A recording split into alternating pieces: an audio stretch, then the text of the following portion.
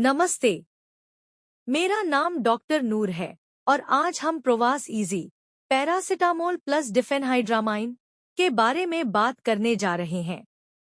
Paracetamol क्या है?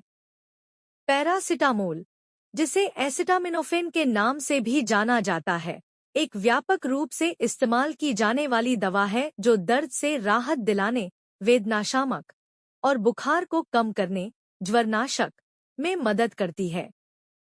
Crocin cold and flu max tablet एक संयोजन दवा है जो सामान्य सर्दी के लक्षणों जैसे बंद नाक, बहती नाक, पानी की आंखों से प्रभावी ढंग से राहत दिलाती है, खासकर बुजुर्गों में खांसी के लिए।